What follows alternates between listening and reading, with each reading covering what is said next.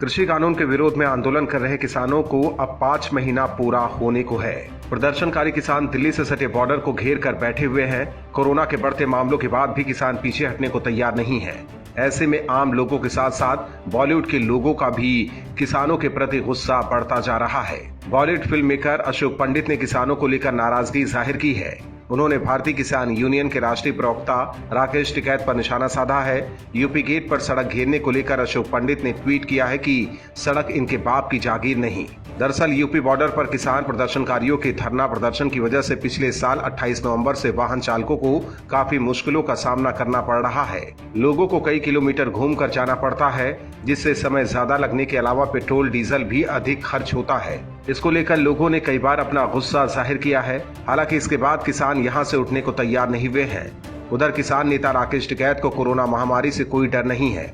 Lockdown के मुद्दे पर राकेश टिकैत ने कहा था कि वो कोरोना के डर से यहां से नहीं उठने वाले और वो अपनी मांगे मनवा कर ही घर जाएंगे। टिकैत ने यह भी कहा था कि दिल्ली बॉर्डर पर आंदोलन कर रहे किसानों का घर वहीं है, वो वहां से नहीं जाएंगे। हालांकि केंद्र सरकार किसानों को आंदोलन खत्म करने के लिए अल्टीमेटम दे चुकी है। बावजूद किसान आंदोलन खत्म करने के लिए तैयार नहीं है। अब देखना होगा कि सरकार इन प्रदर्शनकारियों के खिलाफ कार्रवाई कब करती है। राजस्थान में कांग्रेस की मुश्किलें खत्म होने का नाम नहीं ले रही है।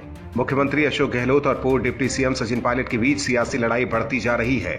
मुख्यमंत्री गहलोत अभी भी पायलट के बगावती तेवर को भूले नहीं हैं। इसी वजह से 1 साल बीतने के बाद भी पायलट खेमे के खिलाफ गहलोत की कार्रवाई जारी है। अब संगठन की ओर से कड़े कदम उठाते हुए प्रदेश युवक कांग्रेस के 3 पदाधिकारियों के खिलाफ बड़ी कार्रवाई की है। संगठन की ओर से कार्रवाई करते हुए इन तीनों पदाधिकारियों को निलंबित कर दिया गया है। वहीं 3 पदाधिकारियों के निलंबन के साथ ही संगठन की ओर से 4 पदाधिकारियों को 3 महीने का नोटिस दे दिया गया है। राजनीतिक जानकारों की माने तो इस कार्रवाई से राजस्थान कांग्रेस में मतभेद एक बार फिर बढ़ सकता है, क्योंकि ये कार्रवाई पायलट गुट पर की गई है। पायलट और गहलोत के बीच सियासी खींचतान बढ़ती ही जा रही है। इससे पहले पूर्व उप मुख्यमंत्री सचिन पायलट खेमा अपना हक मांगने लगा था।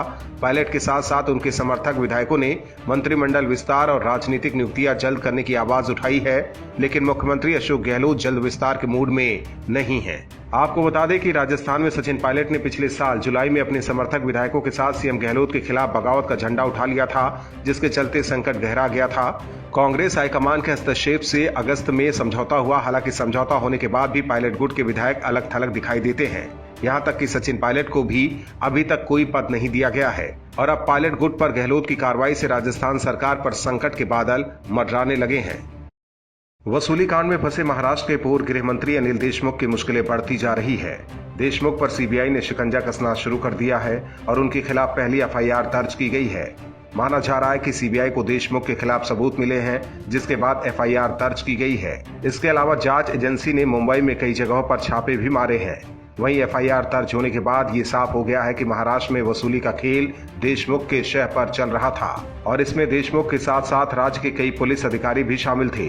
वहीं देशमुख के फंसने से महाविकास अघाड़ी सरकार की उल्टी गिनती भी शुरू हो गई है, क्योंकि कहा जा रहा है कि इस खेल में देशमुख के अलावा भी राज्य के कई मंत्री और विधायक शामिल हैं। हालांकि अभी 1-2 मंत्रियों का नाम ही सामने आया है, लेकिन सीबीआई की जांच जैसे जैसे आगे बढ़ेगी, अघाड़ी सरकार की मुश्किलें भी बढ़ती जाएगी।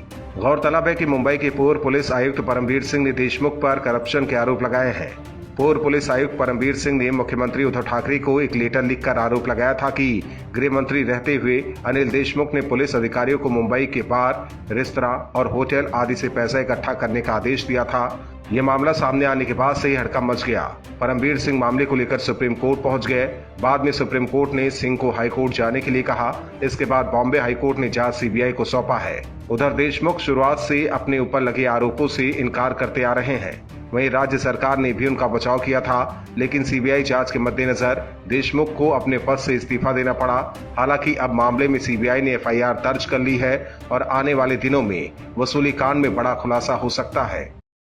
देश भर में कोरोना वायरस की दूसरी लहर से हाहाकार मचा हुआ है।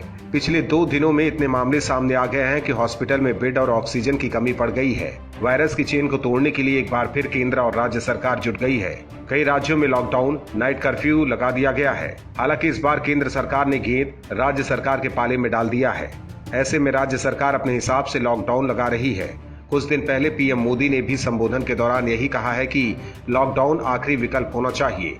इसके बाद महाराष्ट्र जैसे राज्य जो लॉकडाउन के पक्ष में खड़े थे, अभी तक लॉकडाउन नहीं लगाया है। महामारी के इस दौर में सबसे ज्यादा समस्या गरीब और रोज कमाकर खाने वाले लोगों की है।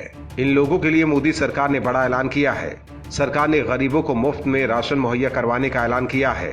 प्रधानमंत्री गरीब कल्याण अन्न योजना के तहत केंद्र सरकार गरीबों के मई और जून 2021 के महीने में मुफ्त में राशन मुहैया करवाएगी। इस योजना के तहत 2 महीनों में प्रति व्यक्ति 5 किलो राशन दिया जाएगा। मुफ्त में राशन मिलने से तकरीबन 80 करोड़ लोगों को फायदा मिलेगा। सरकार ने पिछले साल भी कोरोना की लड़ाई से निपटने के दौरान गरीबों को मुफ्त में राशन मुहैया कराया था। केंद्र सरकार के मुताबिक गरीबों के लिए प्रधानमंत्री नरेंद्र मोदी के कमिटमेंट को देखते हुए भारत सरकार ने 80 करोड़ लाभार्थियों को मुफ्त में राशन सामग्री मुहैया कराने का फैसला लिया है। इसी तरह से पिछले साल भी प्रधानमंत्री गरीब कल्याण योजना के तहत राशन मुहैया करवाया गया था। आपको बता दें कि देश में कोरोना महामारी लगातार भयावह रूप लेती जा रही है। एक दिन में रिकॉर्ड 3.32 लाख से अधिक नए मामले सामने आने के बाद केंद्र सरकार की चिंता भी बढ़ गई है। महाराष्ट्र के पूर्व गृह मंत्री अनिल देशमुख के खिलाफ सीबीआई ने जांच शुरू कर दी है। करप्शन के खेल में फंसे पूर्व गृह मंत्री के कई ठिकानों पर सीबीआई ने ताबड़तोड़ छापेमारी की है। जानकारी के मुताबिक देशमुख के घर को मिलाकर कुल 11 जगहों पर सीबीआई ने रेड डाली है। जांच एजेंसी की छापेमारी से देशमुख की मुश्किलें और बढ़ गई हैं। उधर देशमुख पर शुरू हुई कार्रवाई के बाद राज्य में सियासत एक बार फिर गर्मा गई है। बीजेपी ने अघाड़ी सरकार पर जबरदस्त हमला बोला है। बीजेपी के पूर्व सांसद और वरिष्ठ नेता किरीट सोमैया ने कहा है कि अब इसके बाद अगला नंबर राज्य के परिवहन मंत्री अनिल परब का है। सोमैया ने कहा कि फिलहाल इस मामले में सीबीआई, एनआईए और ईडी जांच कर रही है, लेकिन इस मामले में जल्द ही इनकम टैक्स भी जांच करेगी। उधर मामले की जांच कर रही सीबीआई ने देशमुख से करीब 11 घंटे की पूछताछ की है और इसके बाद एक रिपोर्ट तैयार की गई है। हालांकि ये रिपोर्ट अभी तक सीबीआई ने अदालत में पेश नहीं की है। इस रिपोर्ट को पेश करने से पहले अनिल देशमुख के खिलाफ एफआईआर दर्ज की गई है। आपको बता दें कि बॉम्बे हाईकोर्ट में जब पूर्व पुलिस कमिश्नर परमबीर सिंह इस मामले में पेश हुए थे, तब उनसे भी अदालत ने यही कहा था कि बिना एफआईआर के किस जांच की आप मांग कर रहे हैं। लिहाजा सीबीआई ने औपचारिक रूप से इस मामले में मुकदमा भी दर्ज कर लिया है। गौरतलब है कि मुंबई के पूर्व पुलिस कमिश्नर परमबीर सिंह ने अनिल देशमुख के खिलाफ 100 करोड़ रुपए की हफ्ता वसूली का आरोप लगाया था और इस संबंध में बॉम्बे हाईकोर्ट में याचिका भी दायर की थी। अदालत के आदेश के बाद सीबीआई ने इस जांच को शुरू किया है। पश्चिम बंगाल में 6 चरण के मतदान पूरे हो चुके हैं। 2 चरण के मतदान बाकी हैं, जिनमें से 7वें चरण के मतदान होने हैं।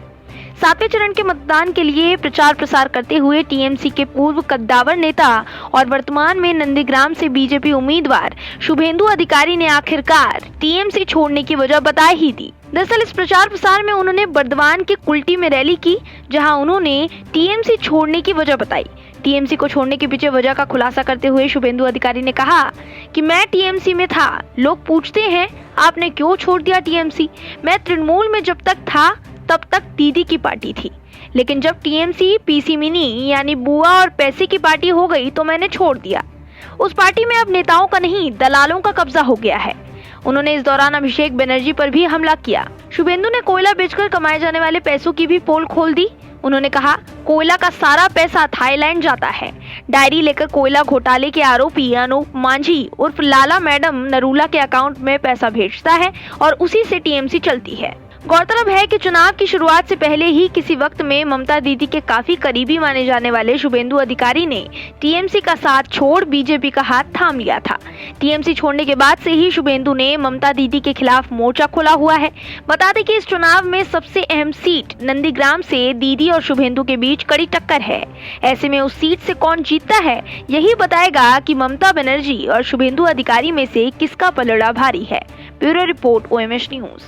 और भी वीडियोस देखने के लिए चैनल को सब्सक्राइब करें और बेल आइकन को दबाएं।